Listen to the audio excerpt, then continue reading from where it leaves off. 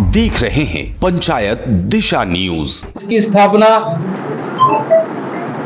Party के संस्थापक स्वर्गीय मनमोहन साहब भट्टी जी के द्वारा, हम सब लोगों के द्वारा 2009 में छिंदवाड़ा जिले का ऐतिहासिक किला देवगढ़ में स्थापना की गई थी और उसमें राष्ट्रीय अध्यक्ष भट्टी जी थे। उसके बाद 2020 में कोरोना काल के दौरान हमारे राष्ट्रीय अध्यक्ष मनमोहन साहब भट्टी जी का आकस्मिक निधन हो गया।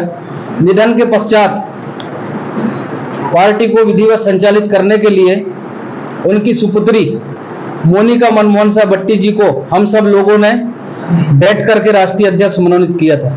लेकिन चूंकि बार बार निर्वाचन आयोग में हम लोगों ने कभी इसके पहले आयोग गए नहीं थे, भट्टी जी थे वो बराबर संचालित करते थे, तो हम लोग छोटे स्तर पर देखते थे कार्यक्रम छिंदवाड़ा भोपाल स्तर पर।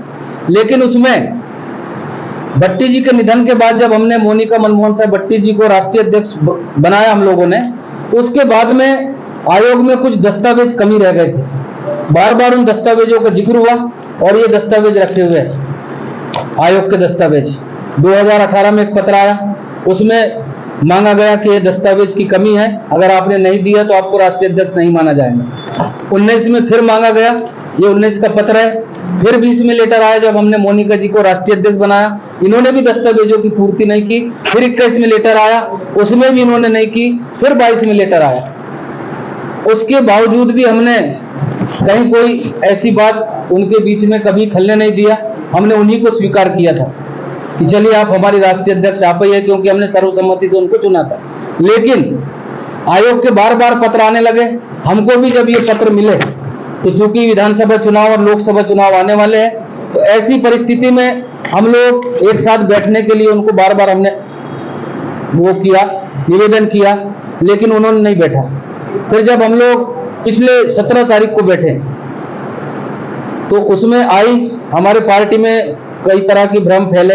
लोगों ने कहा 2 राष्ट्रीय अध्यक्ष है, किसी ने कहा पार्टी टूट गई, तमाम सारी चीजें पूरे मीडिया के माध्यम से, सोशल मीडिया के माध्यम से और आम आदमी तक ये बातें पहुंची। तो हमने तय किया कि हम सब लोग बैठ करके 17 तारीख को, आपको भी शायद ध्यान होगा, कुछ समाचार पेपरों में भी छपा था कि ये लोग इकट्ठे हो गए।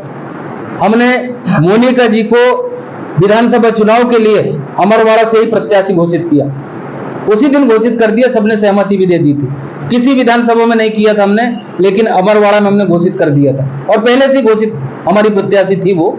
उसके बावजूद हमें कहीं किसी को कोई कानो कान पार्टी के किसी कार्यकर्ता खबर भी नहीं हुई और हमें पता चला 19 तारीख को 12-1 बजे के आसपास आपके माध्यम से, सोशल मीडिया के माध्यम से, कि बोले मोनिका मनमोहन साहब भट्टी जी भाजपा की सदस्यता भोपाल में मुख्यमंत्री निवास में ज्वाइन कर ली।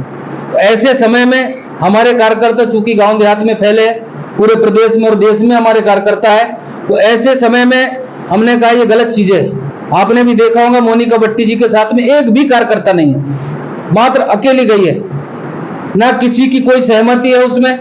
और आने वाले समय में अभी इसके बाद में हम लोग वहां बैठक करेंगे, बैठक करके उसी क्षेत्र से कोई अच्छा सा हमारे बीच का प्रत्याशी को हम लोग पार्टी की तरफ से चुनाव लड़वाएंगे।